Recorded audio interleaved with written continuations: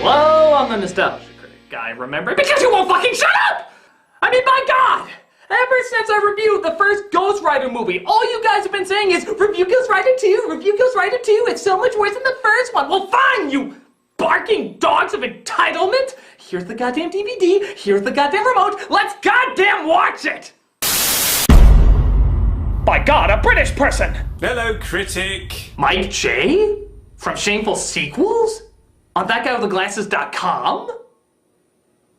Born in 1984, Mike J enjoyed a simple childhood. Enough of that. Critic, I found a way to record myself onto every Ghost Rider 2 DVD in the world. Really? Yeah, it was actually quite easy. Huh? I've done it because no reviewer, not even the nostalgia critic who has re-reviewed about 10 films I reviewed, but we'll just ignore that altogether because I can let things go like that, should have to sit through this flaming skull of dog shit alone. Wait, how do you know everything I'm going to say? Because this movie is actually so repetitive and predictable, it's actually given me the ability to predict everything in the world, which is mediocre. Wait a minute, that means you think I'm mediocre! Yeah, but you get the views. Oh yeah? Well, if you think you can predict everything that's mediocre, predict how many fingers I'm about to hold up. 1. Again. 1. Again. 2. Again! An unopened Game Boy, a roll of Hello Kitty duct tape and an Optimus Prime doll. God damn it! Trust me, Critic, you need help on this one.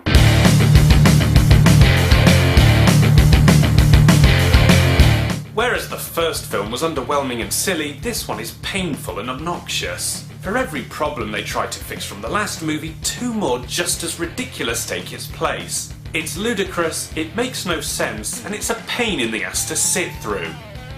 Nobody, not even you re-reviewing prick, should review it on their own. You know, the only other issue I have is that you're a Brit wanting to do a crossover. That might anger another Brit wanting to do a crossover. What, Film Brain? Don't worry about him, he's gonna be out of commission for a while. They're laboratory mice. The genes have been spliced. They're gonna get the brain. So, Critic, are you ready once again to see the hideous lengths Nicolas Cage is willing to go to for a paycheck? Isn't that the call of every Nicolas Cage movie? This is Ghost Rider, Spirit of Vengeance. And I hate it already. 1 second in, gotta be a new record. That fucking fast speed editing. Do you really think your audience is so ADD that even the film logo is too slow for them to watch? Why don't you just speed up the whole fucking movie like, I was Ghost Rider, bye! Actually, that would have been better. Yeah, they probably should have done that. But nope, we get our drawn-out movie starting in the leftover castle from Blood Rain, where a biker, played by Idris Elba, rides in. You found the boy? Oh my god, it's Heimdall from Thor! No, it's not. It's just the same actor. No, all the Marvel movies must be connected! He came through the Rainbow Bridge to have Ghost Rider join the Avengers. This created a time paradox where the Human Torch became Captain America, Bruce Banner would get plastic surgery, twice, and Howard the Duck would exist in a universe where he can actually be funny. What doesn't make sense about that? Why Stan Lee was in Princess Diaries 2? Damn that movie. Always fucking up the Marvel canon. We see the writer, named Moreau, enter a monastery full of what I'm now considering the cinematic kiss of death, cyber monks. Because they went over so well in 2 Dennis Rodman movies, clearly they've proven to pass the test of time. In a few days, the winter solstice will be past, and with it the hour of the prophecy. The Ministry is led, oddly enough, by Rupert from Buffy, but bad guys break in and try to tear the place apart.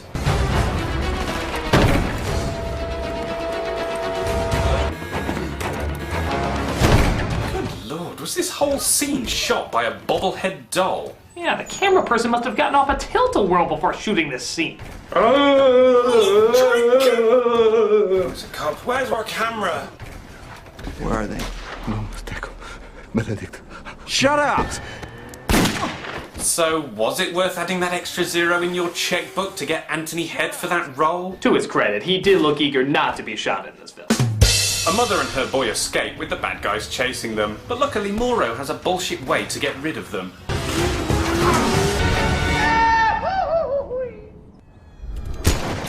Thank God this part slowed down so I can shoot the car easier. We get our opening credits as Cage narrates the backstory, figuring you probably fell asleep during the first one and don't remember it. I'm the guy who made the deal with the devil. Now, I know what you're thinking. Doesn't this kid watch movies? Does this ever work out fine? Let's just say good judgment was not exactly my forte. I mean, have you seen my IMDb page? It's a train wreck. We then see Cage meet up with Moreau, who seems to be alive and uninjured. How the bloody shit is that possible? If not for the intervention of God.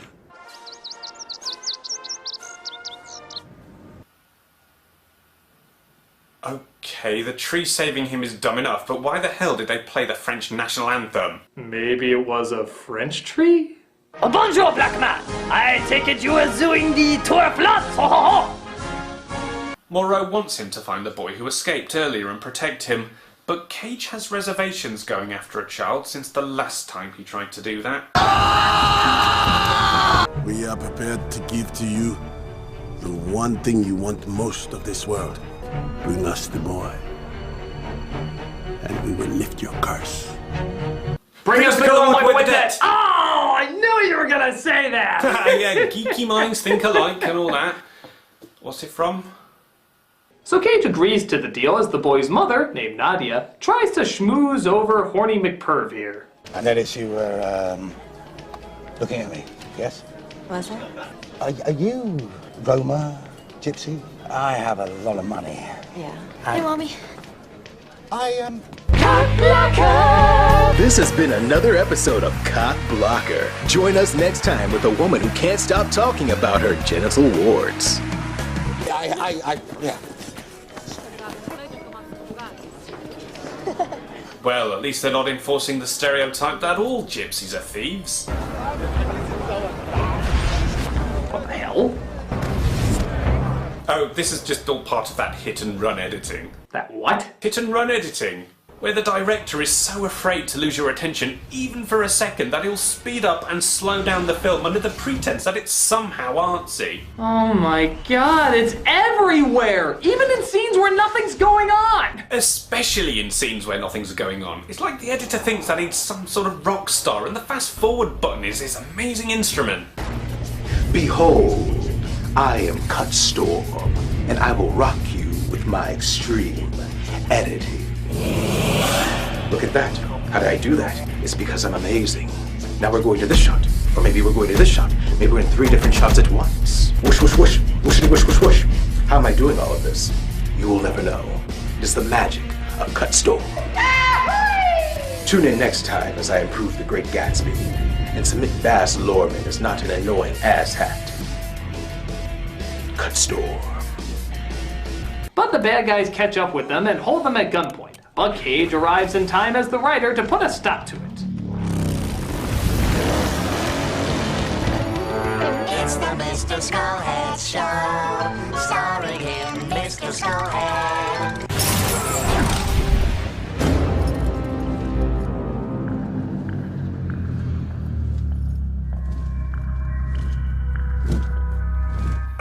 Did Ghost Rider get into the ghost hash before setting out on this mission? Oh, the wind is like the music, man. I think my head is made out of reefer.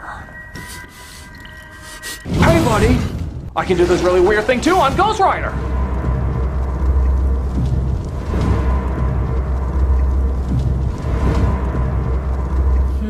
Ghost Rider seems a little slower and easily distracted this time around. Is he trying to remember what he does?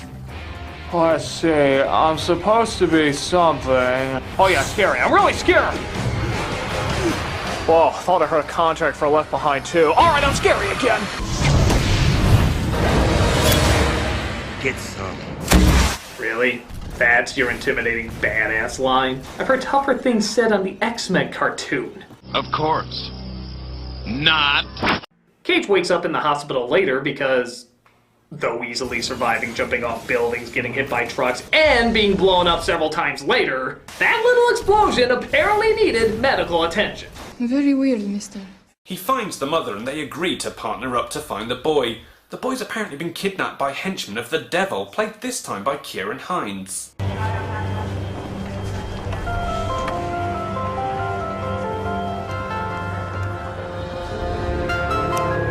Carrying it.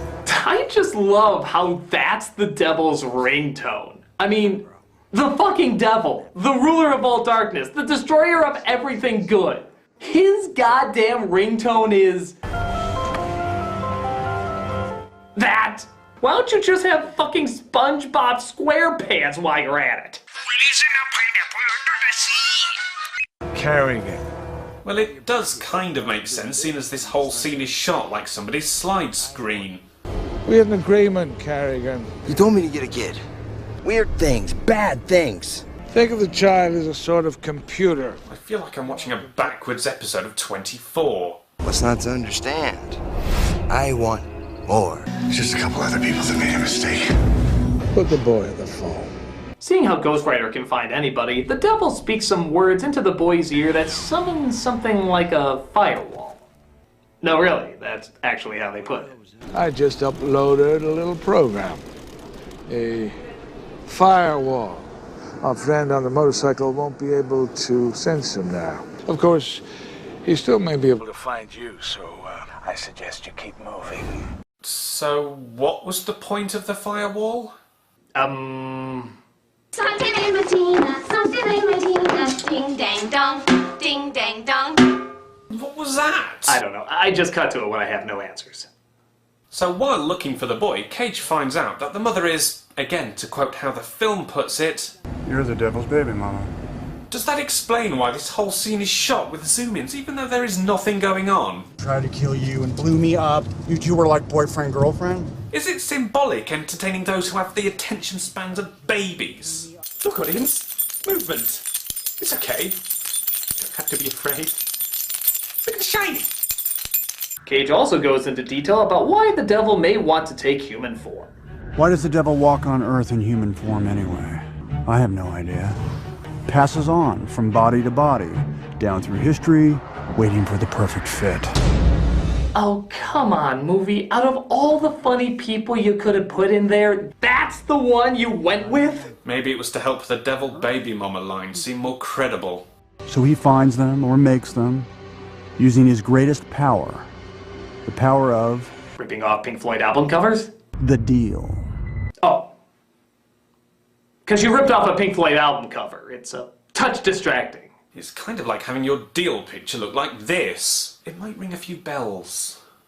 The mother finds someone who might know where the boy is being taken. And get ready, people. This is Nicolas Cage at his absolute cagiest. Hey, I got what you need for those shakes, my friend.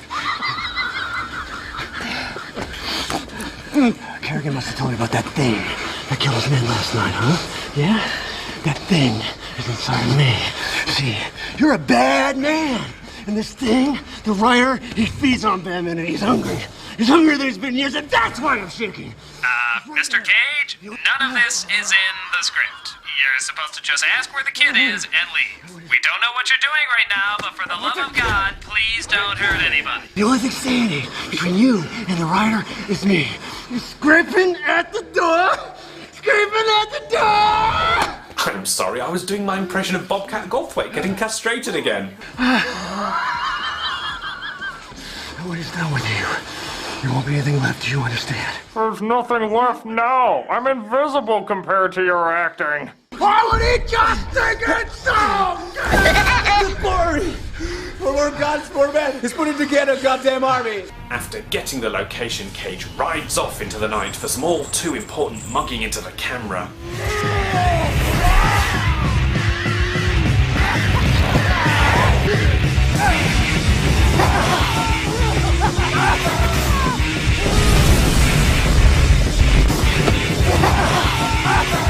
Okay, if this scene doesn't convince people that Cage literally wants to take these surgical procedures to become a cartoon character, I don't think anything will. No kidding. Every single one of those faces could have their own cartoon show. Right? Let's see here, it's Pumpkin Chipmunk, the most adorable jack-o'-lantern to ever nibble your nuts.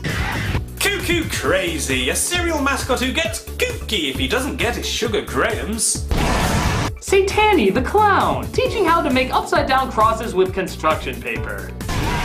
Extra Steve, he's not on anything, he's just quirky, honest, that's what he tells his mum. Pervy Eyes, say, is that 5-year-old single? Skeletor, forcing half-naked men to be more open with their sexuality. And of course, Double Boner! I'm snuggly and soft! My mom never loved me. He sneezes evil through his nostrils like squirting milk from your nose, allowing him to transform and find the boy. Before turning into a Decepticon, apparently. It isn't. I don't care. I'm just here to be the Deacon Frost villain that's in every David S. Goyer script.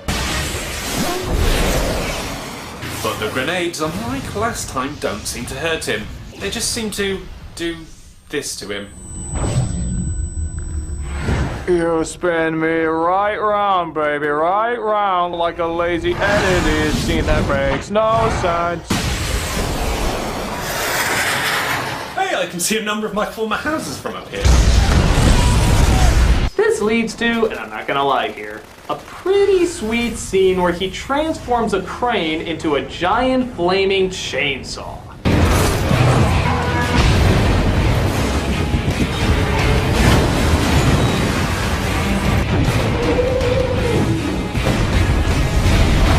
My God, I can feel my testicles getting bigger just by watching this. No, Critic, we must balance out such mindless violence. Right. Right.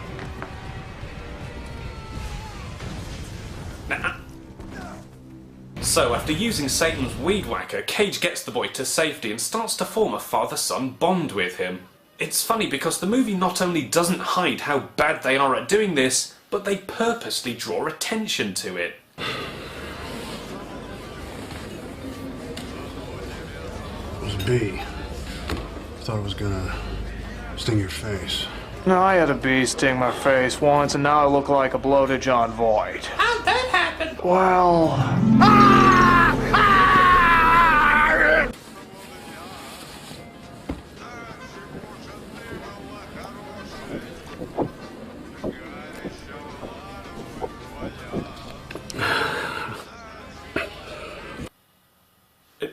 It's funny because it's a jug and you don't usually drink from jugs, you drink from cups. Is that the joke there? Is this a new level of humour? They have taken comedy and they have just taken it to a level we just cannot comprehend. He drunk from a jug. Ha. So the devil looks over what's left of his henchmen and brings him back to life as a burnt Matrix villain. I'm giving you power. The power of decay.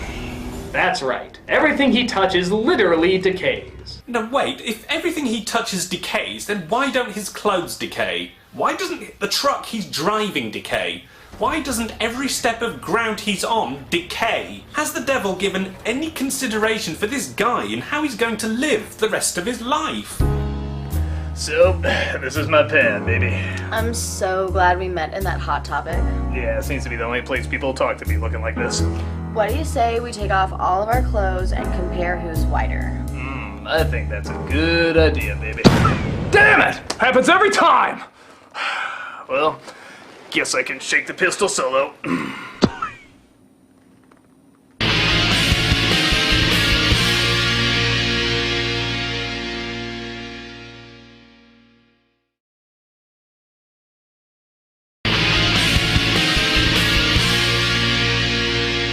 So seeing how Ghost Rider is the devil's fallen minion and the boy is literally the spawn of all evil, obviously they're gonna have a lot of interesting things to discuss and figure out. Hey, what if you have to pee while you're on fire?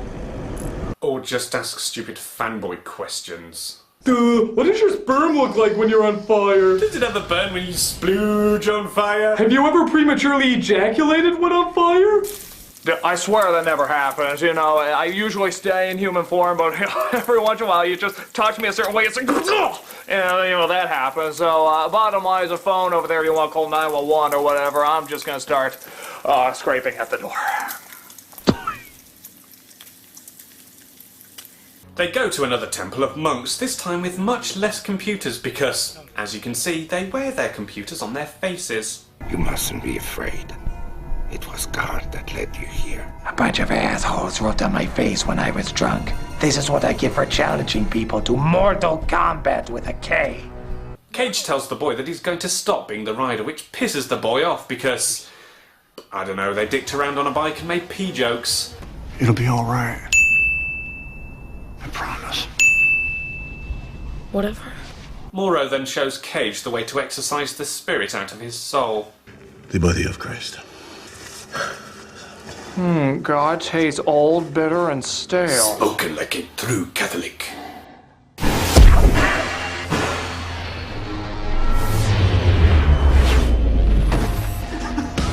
Whoa, God is awesome! I am totally wigging out on the blood of Christ right now. This is scraping at the door action, man! Merry Christmas, you asshole! He wakes up on Tatooine to discover that the monks have plans to kill the boy because apparently that's a Christian thing to do. That boy is one of God's children! No! He's not. Don't make me play crossword with your face! But everything goes kaleidoscope vision as Sabrepuss comes to wipe them all out.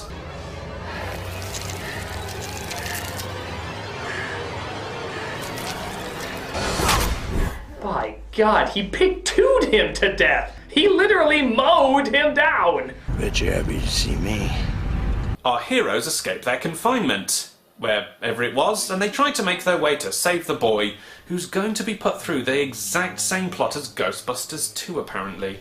This body I'm living in, it's dying. It was never made to do the things that I can do. But you're only part human. You know, why does the devil always need a human body? Wouldn't he be more powerful without it? It just seems like it would slow him down. He's the all-powerful Lord of Evil, and yet he admits it's a pain in the ass to stay human, so why do it? For that matter, why did he let the boy out of his sight for so many years? He's the devil! He knows where everything is! He wouldn't lose him! Wouldn't it make more sense to hold on to him and raise him as evil so something stupid like this wouldn't happen? Actually, a little time away from your kids is not always a bad idea. I sent my little Eveline on a trip to Texas not too long ago.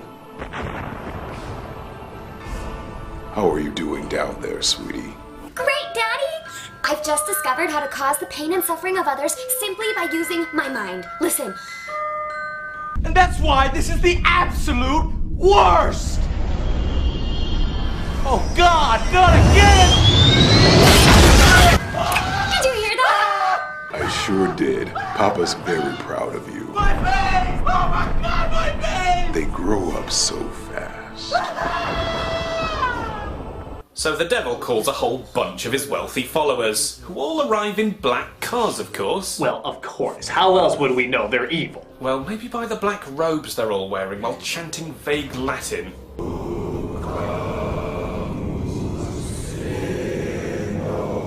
You know, I'm not gonna lie, I would assume Satan, the Lord of Darkness, would have a few more followers than that. I mean, really? Smash Mouth has a better turnout than the unholy demon of life? Hey, give him some credit. He's been growling and gasping all of his lines. I doubt they could even understand it was him to begin with.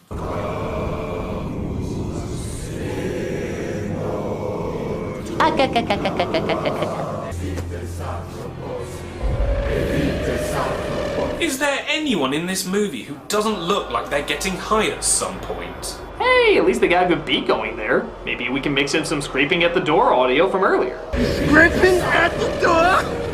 Scraping at the door! Scraping at the door!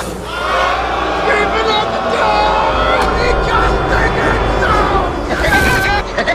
door! But Moreau, of course, being the black guy, has to sacrifice himself, meaning the boy is the only one left who can do anything.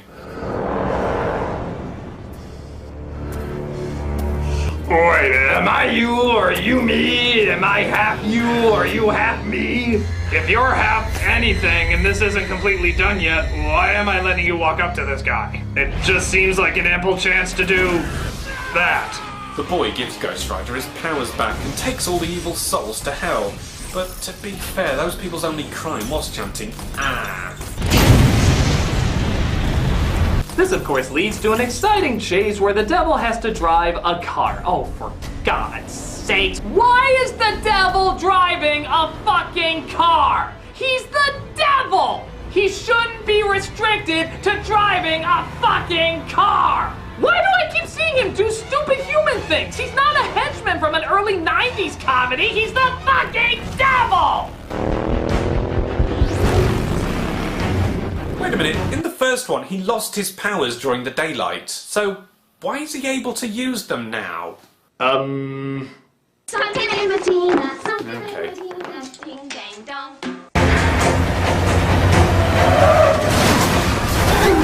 Okay, don't know what I did there, but I'll take credit for it.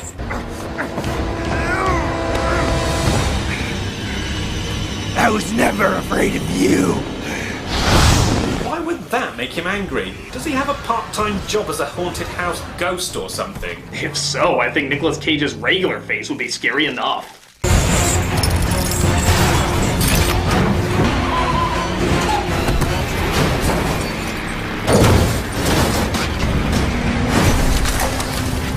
Well, I'm sure I've broken every bone in that little boy's body. This calls for another jug of water.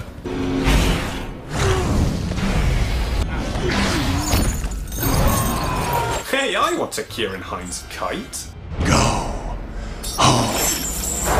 So he sends Pussy Devil back to hell, gives his weird Three Amigos salute, and tells the boy that he's okay. Moreau said the rider was an angel that went crazy. Is there ever a moment for Nicolas Cage not to laugh? I don't know. Did we win? I'm gonna say yes. Hell yes.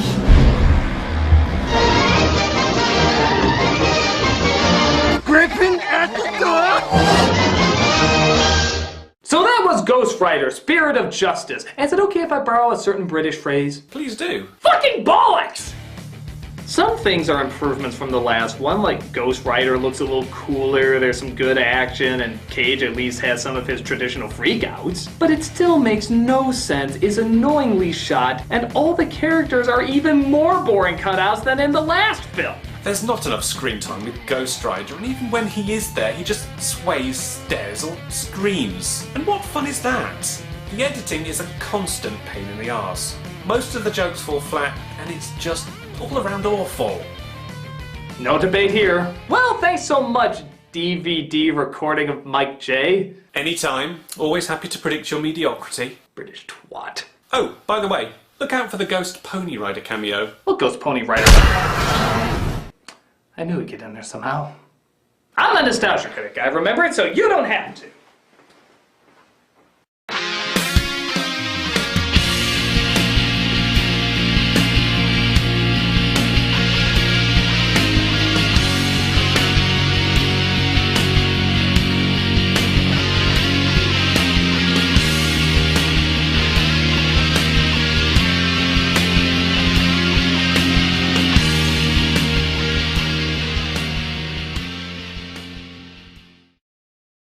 All right, let's watch some Ghost Rider 2. Hello, Critic.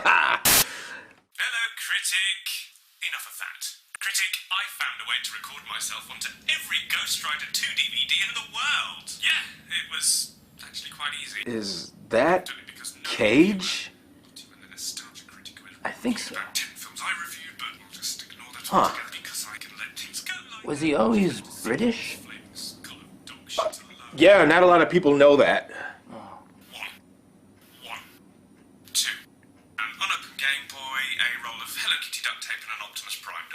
Well, if he doesn't blow up something soon, I'm just gonna start reading my Jane Austen. Nobody, not even you re-reviewing prick. You're the devil's baby, Mama.